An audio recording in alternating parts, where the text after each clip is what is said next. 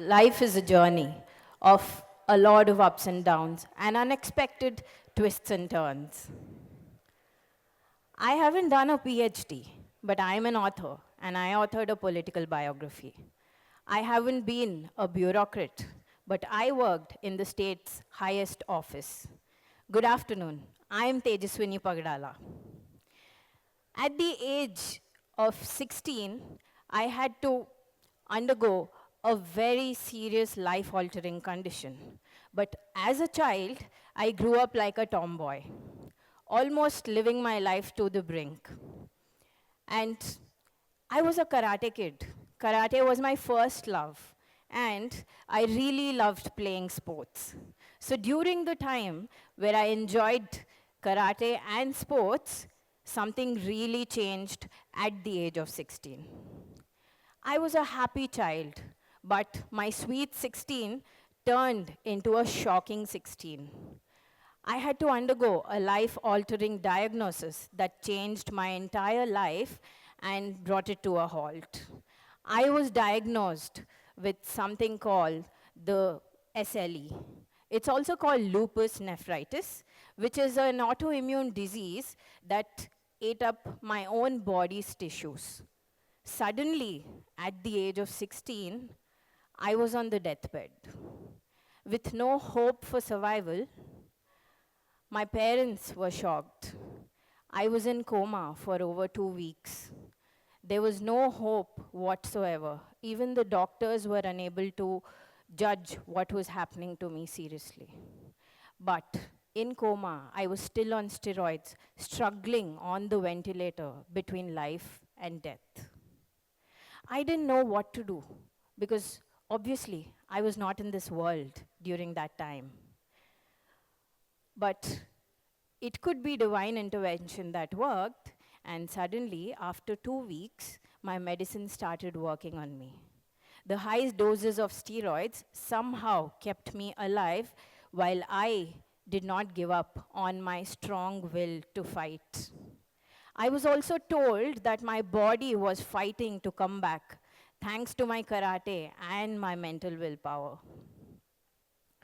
At that moment, a lot of people, when I was recovering and undergoing a 24-hour dialysis, I was still not fine. And a lot of people came and told me, hey, you know what? Maybe just skip this year, it's fine. I was in my 12th class. And they said, no need to write boards. My parents also came to me and said, please skip this year, you don't have to do this. But it was just 2 months away, my board exams. And then I chose not to give up. Despite having dialysis on a daily basis, I had pipes sticking out of my neck. And that's how I wrote my 12th board exams.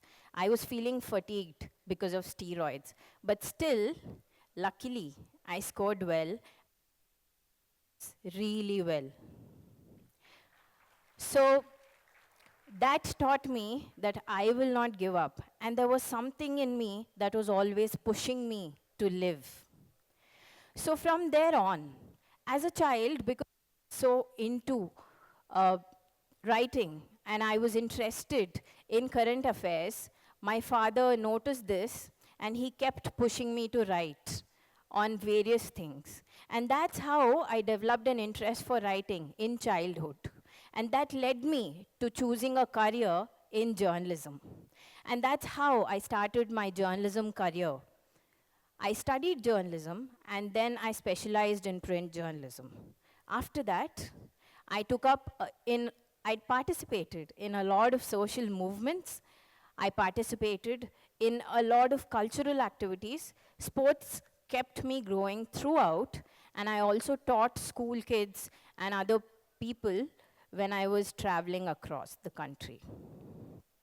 Through my journey in journalism, I realized that I got exposed to so many other things that normal people wouldn't. As a journalist, we see crime, we see every other thing. As a human rights advocate, we see a lot of things that normal people don't usually.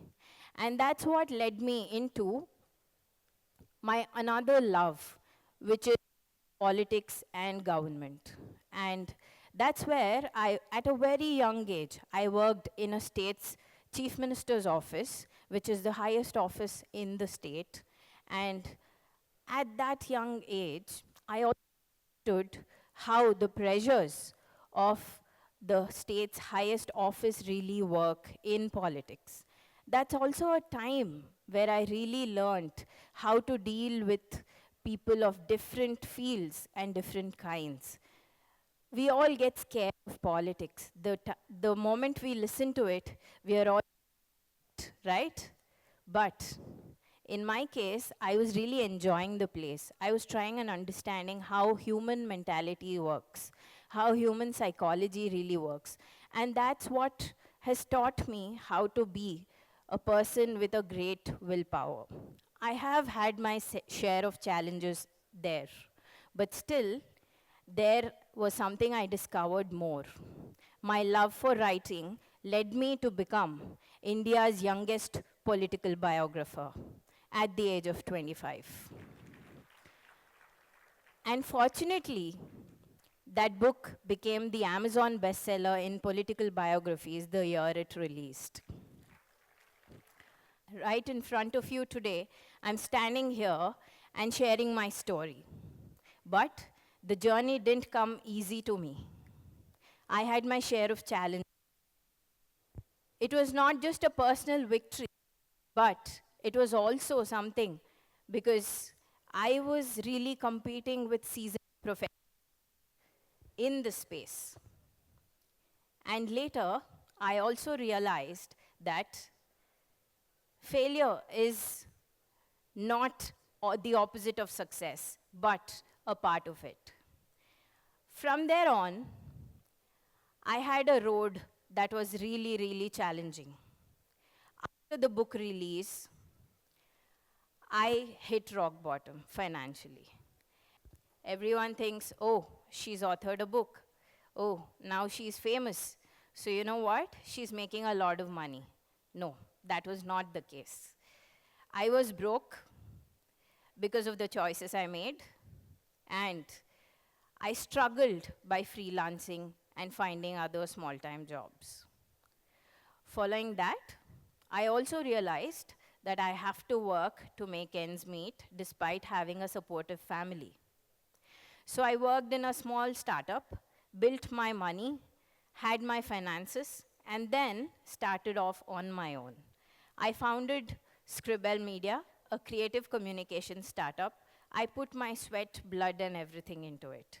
But unfortunately, the pandemic hit. So again, there I was, broke. And still, I was working and freelancing with a government think tank due to my network. So during the time, I discovered something that really changed my mind and my life, and that was running. I'm sure you know about running and running as a sport, but for me, it was something more than that. I hit my rock bottom in terms of mental health too at that moment, and running helped me get through those challenges. That was also the time when not many people were on the roads because of the pandemic's seriousness.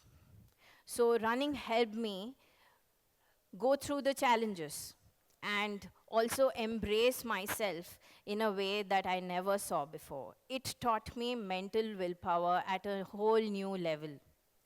Over time, I realized how marathon is a metaphor for life. Sometimes it's about endurance.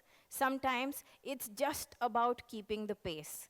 And sometimes it's just going with the flow, right? So during that time, after the pandemic, I made another career switch from there on. And that was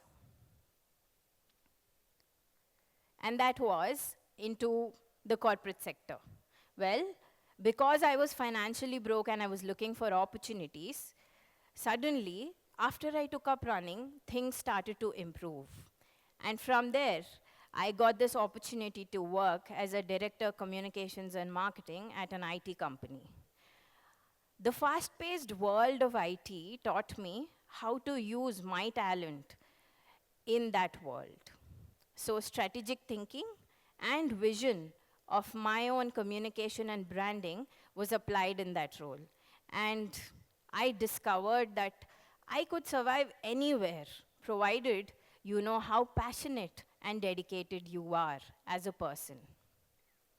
So, through my entire journey, I recognized that it's not about your skill, your, whatever people say around you, it's not any of that. All you need is for you to think truly, confidently about yourself, have the resilience no matter what, how many setbacks you have. So, life is just a marathon, right? Just like how we run on the roads, it's a similar story for all of us. And that's what I have learned. The three things that marathons have taught me are resilience, which is not about the failures, but about the willpower to propel yourself forward. Optimism, when nothing is working out and the odds are stacked against you, but you have to keep going because you need to believe in yourself. And the unwavering belief that will take you forward. Well, life will keep knocking you down. And that's a given, right? So, why don't you run your race, play your game, and write your story? Legends are not made because of their success. Legends are made because of their failures and the power to make a comeback. We all have a superhero in us, right? And we all have a comeback power. I hope you find yours. Thank you.